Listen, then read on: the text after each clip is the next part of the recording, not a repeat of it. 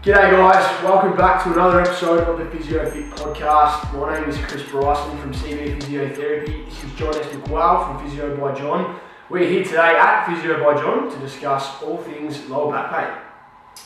As you may not know, back pain actually does occur a lot in society. The common questions are, what is back pain? How bad is it? Can I move? Should I rest in bed? Do I have to take medication? How long is this going to take? Do I have to have scans? We're going to run through all of that today.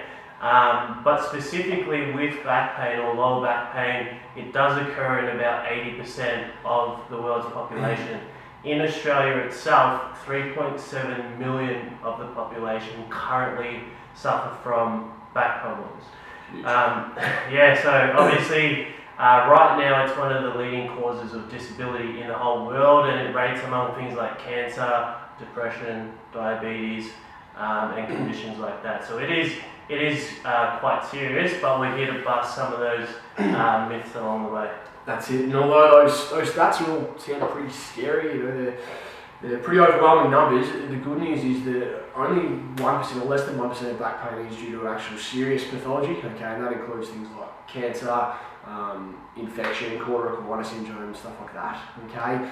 And outside of that serious pathology, okay, only about 5%, maybe a maximum of 10% of lower back pain is caused by a specific pathology. Okay, what we mean by specific pathology is that back pain is directly caused by something such as a disc prolapse, which is causing a nerve root compression, or a spondylolisthesis, or a fracture, or something like that. Okay, which leaves the other 80, 85, 90% of lower back pain to be categorised as what we call non-specific lower back pain. Okay, and this means that there's not an actual specific anatomical or structural pathology that's causing your lower back pain. Okay, rather it's actually just a temporary sensitisation of your tissues. Okay, causing that pain, not due to anything serious. Okay, and that's a good thing, and that's something that a lot of people don't understand. You know, we're often blaming back pain on a muscle spasm or a disc bulge or some sort of anatomical abnormality that's gone wrong, whereas actually 85-90% of cases are due to this non-specific lower back pain, which is just that temporary sensitisation of your tissues and of your nervous system. The myth about resting in bed when you have back pain, I'm too sore to get out of bed, I'm just going to rest all day.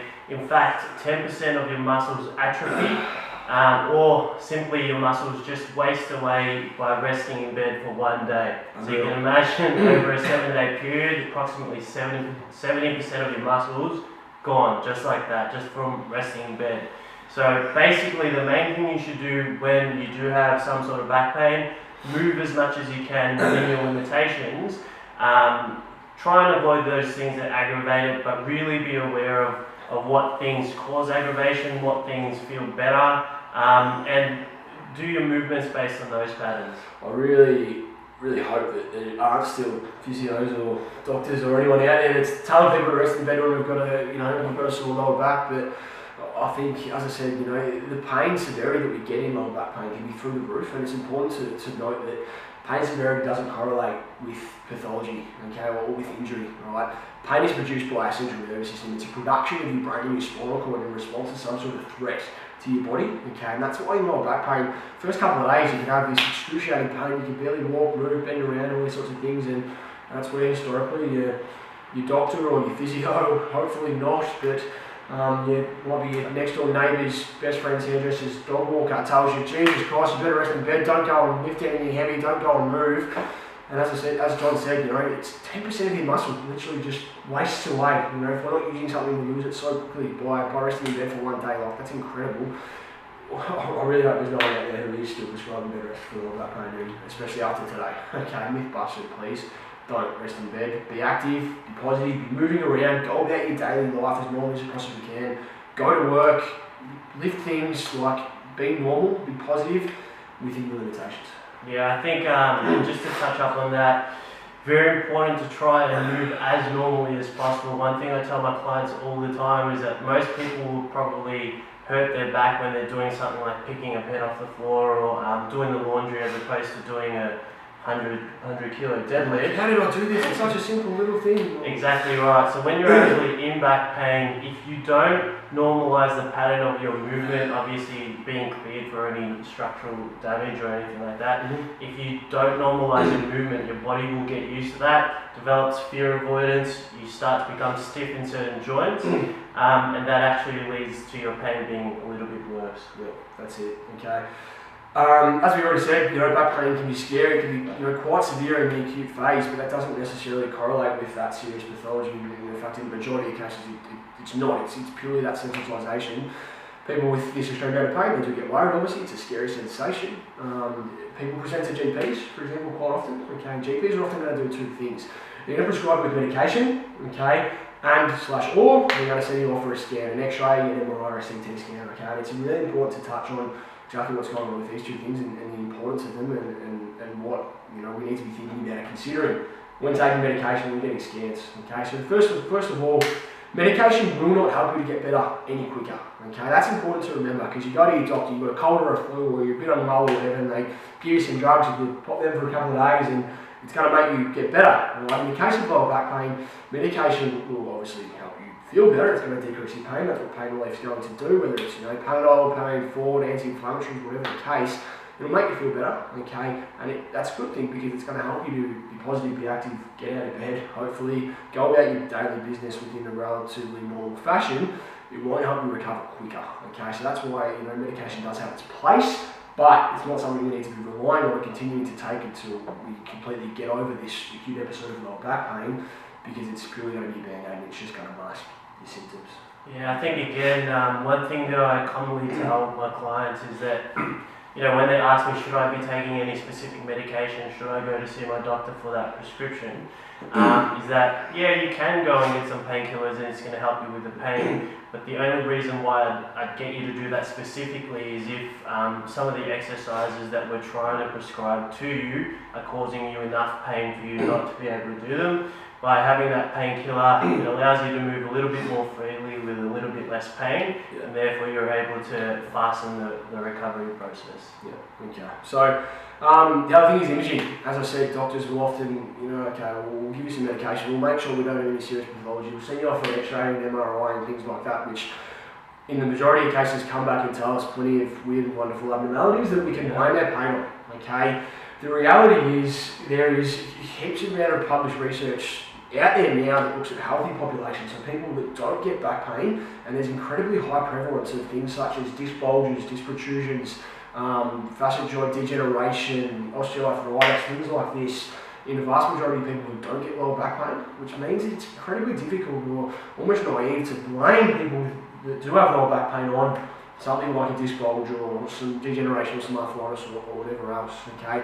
To go into it a bit more specifically, studies have shown us that people in their 20s, like we're both in our 20s, about a quarter of people will have a disc bulge on MRI, okay? And these are people that are healthy, that don't experience any lower back pain, okay? It's most likely myself and John may have some sort of disc pathology, and we certainly don't experience any lower back pain, okay? Once you get into your 40s, it's about half or even over half of people will have some sort of disc bulge on the MRI. Once you get into your 70s and your 80s, it's pretty much everyone, okay? This tells us that this is a normal sign of getting older, of aging, okay? And it's not something that needs to be, feared or really worried about, It's just classic that people present, I had this disc bulge back in, 2011, and since then my back's been no good and whatever else. Well, yeah, you may have had a disc bulge, whatever the case may be, but that doesn't necessarily mean it's causing you pain, okay? That logic is almost like you're in your 40s, you get a headache, you've got some grey hairs. Oh, Jesus, my grey hairs must be causing my headache. Well, clearly they're not. No one's going to think that way. Same deal with lower back pain. Yeah, I think it's an unfortunate thing that sometimes when I do get clients come in and they ask, I've had this scan, what does all of it mean? So all of these terms that you find on the scan, particularly if your GP or your referring doctor hasn't explained those things to you, you look at it and you go, what is all this stuff? It looks very serious. It's scary. Exactly. You see all these big, fancy, technical medical terms and people go, Jesus Christ, no wonder we'll solve it. Yeah, and unfortunately it's just a lack of education towards the client as to what this actually means. And unfortunately the first step to that is actually seeing a health professional, getting them to explain it to you. What does this actually mean? Is it clinically significant? are any of what I do affecting my pain?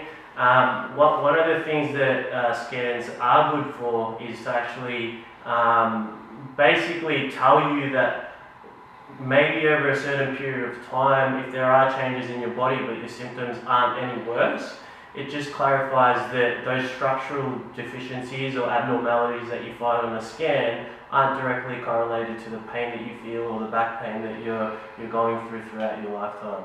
And that's it. People come in and say, I've got a bulge disc on MRI. Well, if only we could, in hindsight, do that MRI 5 years earlier when we did that back pain and see if the disc bulge was there. Because exactly it probably was. Right? And obviously, imaging, as we said, there is these small, 1% of people that are caused by some sort of serious medical condition, or 5% of people that do have some sort of specific abnormality, which imaging has its place for those guys. But I say it's not everyone, because 90% of people, it's this non-specific lower back pain that's not due to these abnormalities, okay? And it's really important that you've got a health professional, a clinician, a doctor, a physio, whatever it may be, that you can trust, that can say, okay, look, you clearly do fall into that 90% of people, even though your pain severity might be through the roof at the moment, it's in the acute phases, but we don't need to be sending off for a scan, because these imaging findings are going to be just as relevant as someone with an headache who's got grey hair. Exactly right. Alright. So I think one of the key points to take out of this podcast is that about 80% of people suffer from lower back pain in their lifetime. So it's not like you're the only one, and God's chosen you as someone to suffer from all this back pain. In fact, a lot of people do suffer from it, and as we mentioned, 90% of it is non-specific. Yeah, that's it. I think. Okay, so we know all these sort of things. We've busted into this already. I think, John, what do we do about it when we do get back pain? We are still in pain. It still sucks. What do we do? And I think people often always go to physios and chiros, osteos, might get a massage, maybe a doctor, whatever it may be, expecting some sort of treatment to help with their pain. Okay, and often a hell of a lot of our job is things such as manual therapy, mobilisation, massage, manipulation, dry needling, exercise-based treatment, strengthening, stretching, dry needling, whatever the case may be. But I think all those things have their place, and they're all going to have to be individually tailored to the person, because as John said, everyone's presentation is different. But the most important thing that physios can do, or any sort of clinician should be doing in terms of treatment, is simply education.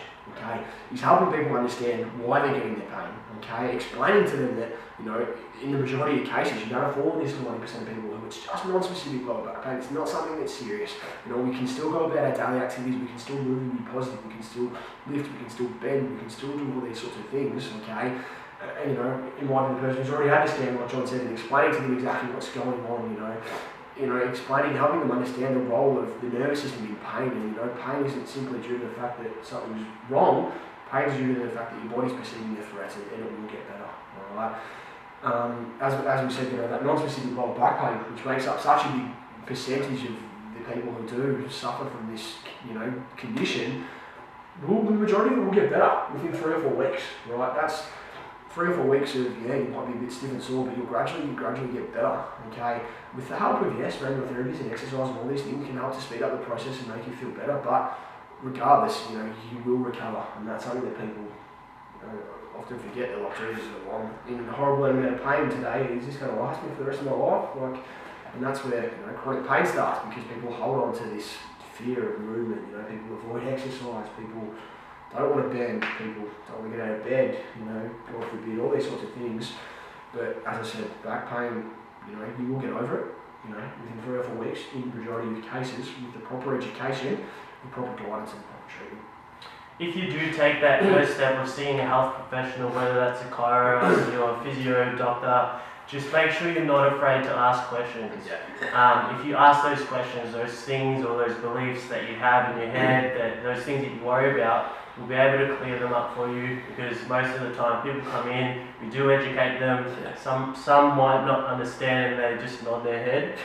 So it's very important, go to a health professional that's going to educate you on all these things and cover all the questions that you do have. I think just on that, it is so important you've got a good understanding of your condition and what's going on, and you should be able to explain whatever's happening, okay, to you, from your physio, to yourself, or from your doctor, to yourself, to a family member, to your husband, your wife, girlfriend, boyfriend, brother, sister, mum, dad, whatever it may be, okay, you should be able to explain to them simply what's going on, okay. If you feel like you can't explain to them what exactly is happening to you, then you need to be asking more questions, or, you know, you possibly need to be reassessing, you know, who you trust with this information, because, you know, you see so many people, you went to the physio, went to the doctor, what's going on? Well, they told me I had something wrong with my back, some sort of technical jargon, but you don't completely know. Well, your body's still going to be perceiving everything you're doing as a threat. You're not going to be moving. You're going to be worried and scared of getting back into your daily activities, and having that understanding of your condition and exactly what's going on is so important. So, hopefully today we've helped. As I said, the majority of people who do suffer from lower back pain, or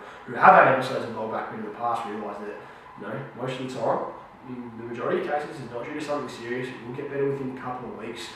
You know, exercise is good, movement's good. We don't need to be avoiding things. Okay, we need to be positive and active.